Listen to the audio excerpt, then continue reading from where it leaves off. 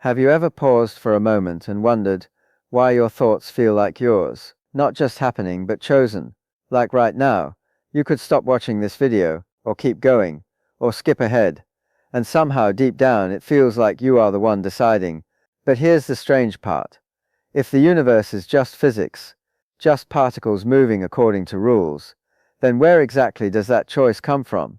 Because physics, as we understand it, doesn't leave much room for freedom. Every atom follows laws. Every interaction is predictable, at least in principle, like a perfectly written program running step by step. So let me ask you something simple. If everything in the universe follows rules, then are you just part of that computation, or is something slipping through? Now imagine this. You're watching rain fall against a window, droplets collide, merge, split apart. At first glance it looks random, but if you look closer, there's structure, patterns, tiny decisions being made by water molecules obeying invisible rules. Now zoom out. Clouds form, winds shift, entire weather systems evolve. Still just rules, still just interactions. And if you zoom out even further, galaxies swirl, stars ignite, space itself stretches. It all looks different at every scale, but underneath it's the same idea. The universe is processing itself. Every moment it's taking the current state of everything and calculating the next, like an unimaginably vast computation. But here's where things start to feel unsettling, because if the universe is computing itself, then everything that happens, including your thoughts, your decisions, your sense of self, should already be determined by that computation, like frames in a movie that were rendered long before you ever watched them. So why does it feel like you're writing the script instead of reading it? Let's take a step closer. Think about something simple. A calculator. You press buttons, and it gives you an answer. Predictable, reliable, no surprises. Now imagine a much more powerful computer, one that simulates weather, or galaxies, or even life itself. Still just rules. Still just computation. Now push that idea further. What if the entire universe is like that? A system evolving according to rules, step by step, moment by moment. Then in principle, if you knew the exact state of everything right now, you could calculate the entire future. Every word you'll ever speak, every decision you'll ever make, already contained in the present. But something feels wrong about that, because when you sit quietly and notice your own thoughts, they don't feel pre-written. They feel alive, uncertain, open, like something is happening, not just unfolding. So where does that feeling come from? Is it just an illusion? Or is it pointing to something deeper, something the computation itself can't fully capture? Let's look at something unexpected. Mathematics. At first glance, math seems like the perfect example of pure computation. Clear rules, logical steps, precise outcomes. But then something strange was discovered. There are truths in mathematics that cannot be proven using the rules of the system they belong to. Think about that for a second. A system of logic, powerful enough to describe numbers, patterns, reality itself, and yet incomplete. No matter how you extend it, there will always be truths that lie just beyond its reach. It's as if the system is trying to fully understand itself, and failing. Now bring that idea back to the universe. If the universe is a kind of computation, could it also be incomplete? Could there be truths about reality that cannot be derived from its own rules? And if that's true, what does that mean for you? Because you are not outside the universe. You are part of it, and yet you can think about it, you can question it, you can wonder whether it's complete or not. Isn't that strange? It's like a pattern inside the computation, becoming aware of the computation itself. Now here's where things become even more interesting. Imagine trying to write a perfect program that predicts everything it will ever do. At first it sounds simple. Just simulate itself, step by step. But the moment the program tries to fully predict its own behavior, it runs into a paradox, because its prediction becomes part of its behavior, and that changes the outcome. It's like trying to see your own eyes without a mirror, or trying to fully understand a system from inside that system. Something always slips away. Now think about your own mind. You can reflect on your thoughts. You can question your decisions. But can you ever fully predict what you're about to think next? Try it, right now. Before your next thought appears, try to know exactly what it will be, not guess, not approximate.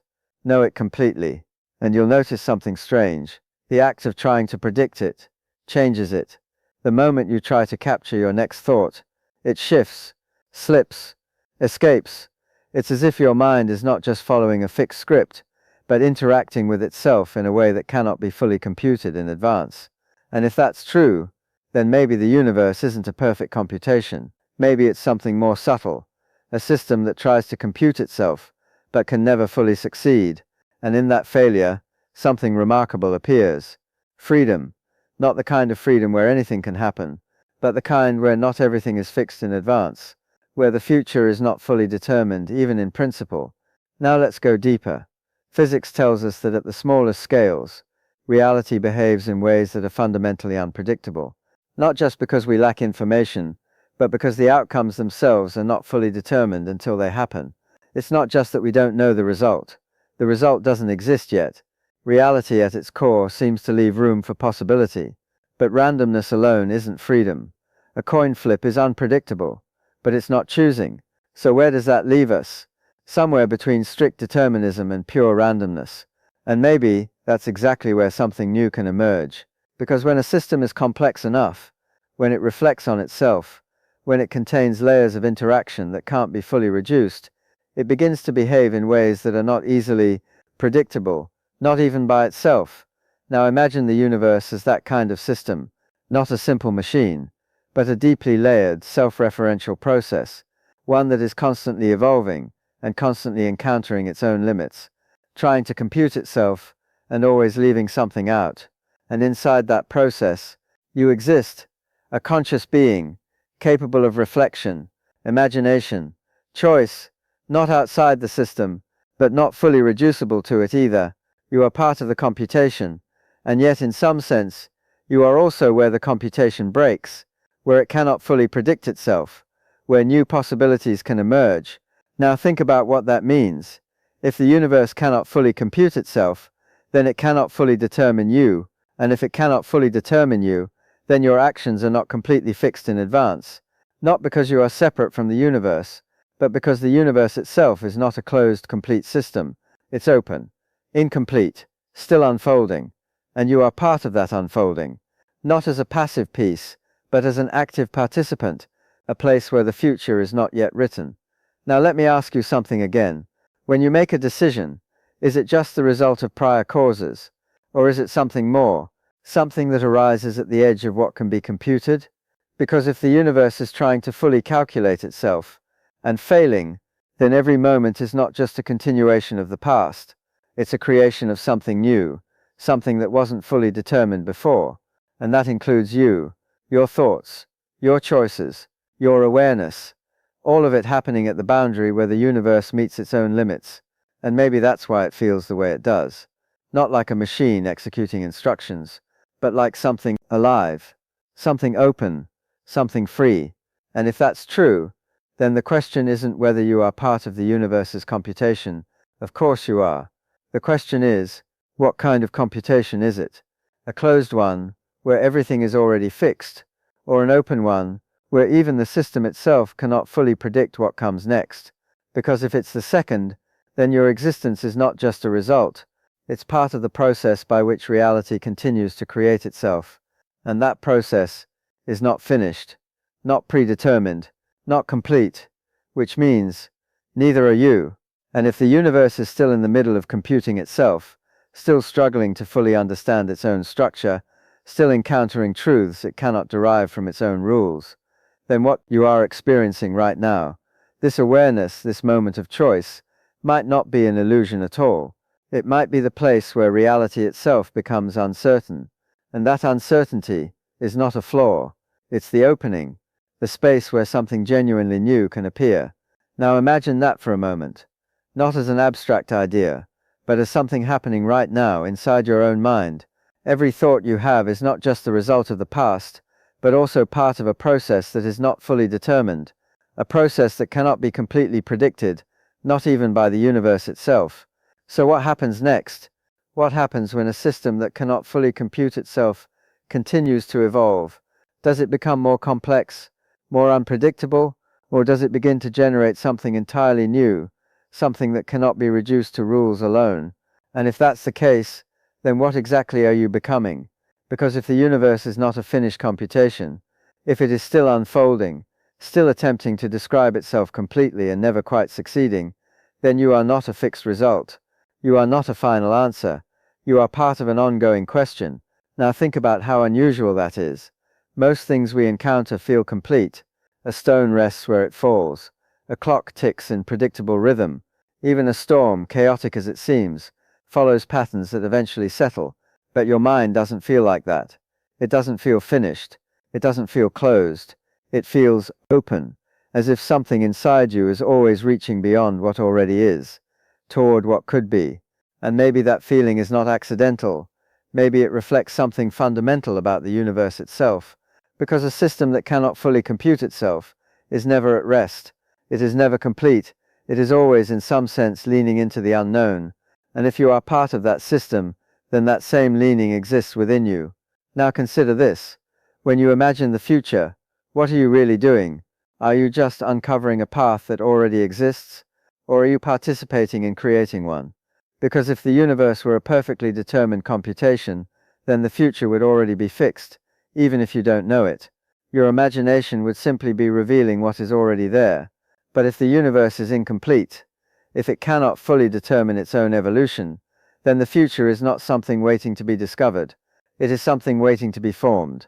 And your thoughts, your decisions, your actions are part of that formation. Now let's slow down for a moment. Look at your own experience again. Right now, as you listen to these words, there is a quiet sense of awareness, not the words themselves, not the ideas, but the space in which they appear. Have you ever noticed how difficult it is to define that space? You can describe what you think, you can explain what you feel, but the awareness itself, the thing that knows those thoughts and feelings, seems to slip beyond description. It's like trying to grasp something that is always just out of reach, and yet it is the most immediate thing you have, closer than any object, more fundamental than any idea. Now here's the strange part. If the universe is a computation, where does this awareness fit? Is it just another process, another pattern of activity in the brain, or is it something that emerges precisely because the computation cannot fully close in on itself? Because think about it. A system that perfectly computes itself would leave no gaps, no uncertainty, no openness. Everything would simply unfold, step by step, without any need for reflection. But awareness feels like a kind of gap, a space where things are not fully determined, a place where possibilities can be noticed, compared, even chosen. So maybe awareness is not separate from the universe, but neither is it fully contained within a simple computation. Maybe it arises at the boundary, where the universe encounters its own limits. Now imagine that boundary, not as a physical edge, but as a kind of tension. On one side there are rules, structure, predictability. On the other there is openness, possibility, the unknown. And right at that intersection, something remarkable happens. The system becomes aware of itself. Not completely, not perfectly, but enough to question, enough to reflect, enough to wonder. And that is where you are, not outside reality, but at one of its most delicate points. Now let me ask you something again. When you hesitate before making a decision, when you feel that moment of I could do this or I could do that, what exactly is happening there? Is it just the brain calculating probabilities, or is it something more like a system exploring possibilities that are not yet fixed? Because that moment of hesitation, that pause, is not something you can fully reduce to a simple rule. It feels like a branching, a divergence, a place where multiple futures are possible, and somehow one of them becomes real. Now here's where things become even more subtle, because if the universe cannot fully compute itself, then even the laws that govern it might not be the whole story. Not in the sense that they are wrong, but in the sense that they are incomplete. They describe patterns, they capture regularities, but they may not account for everything that can emerge. And if that's true, then reality is not just following rules, it is also in some sense discovering them, evolving them, bringing new patterns into existence that were not fully determined before. Now think about life. At some point in the history of the universe, there were no living beings, just particles, fields, energy, and then gradually something new appeared, structures that could sustain themselves, adapt, evolve, eventually become aware. That transition from non-living to living, from living to conscious, is not just a simple step in a computation, it's a transformation, a shift in the kind of processes that are happening, and each step introduces something that wasn't fully predictable from the previous one, not because the rules changed, but because the system reached a level of complexity where new kinds of behavior became possible. Now extend that idea further. What if consciousness itself is another such transformation? Not something that can be completely explained by the rules that gave rise to it, but something that emerges when those rules interact in ways that cannot be fully anticipated. And if that's the case, then your awareness is not just a byproduct, it's part of the universe exploring possibilities that go beyond simple computation. Now let's return to the idea of failure. At first it might sound negative, a system failing to compute itself, failing to fully understand its own structure, but what if that failure is not a weakness? What if it's the very reason anything interesting can happen at all?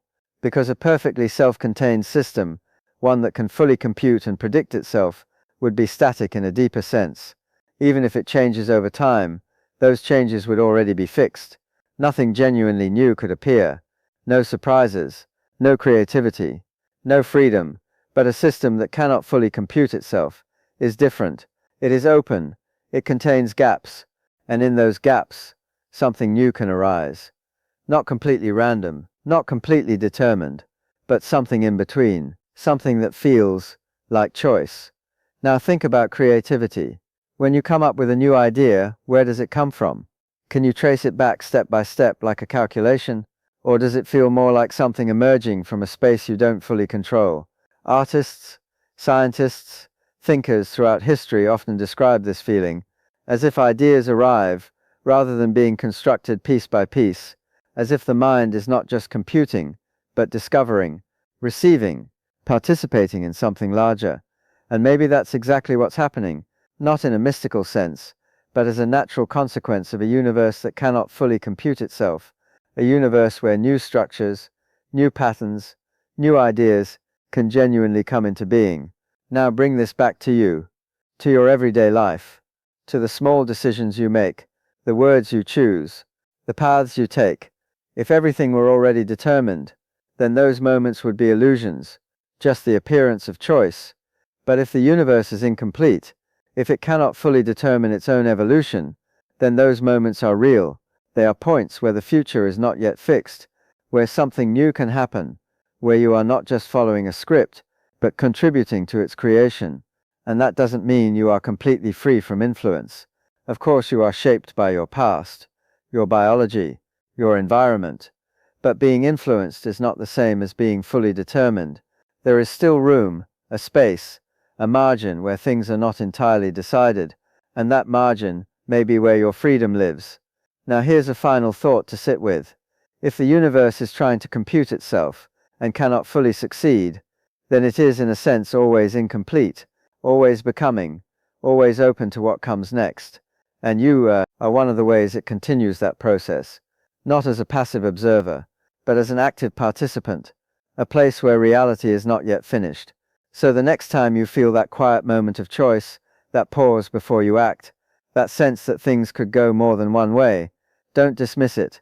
Don't reduce it to an illusion too quickly, because that moment might be one of the most fundamental features of reality itself, the place where the universe, unable to fully compute its own future, leaves the door slightly open, and through that opening something new can enter, something that was not fully determined before, something that depends on you. And the question is not whether the universe will eventually complete its computation. The question is, what if it never can? What if reality is not a problem to be solved, but a process that continues without end? A story that is not fully written, because it is still being lived? And if that's true, then every thought you have, every choice you make, is not just a consequence of the past. It is part of how the universe explores what it can become. So the next time you ask yourself, am I truly free? Maybe the better question is, if the universe itself cannot fully decide what happens next, then who or what is deciding through you?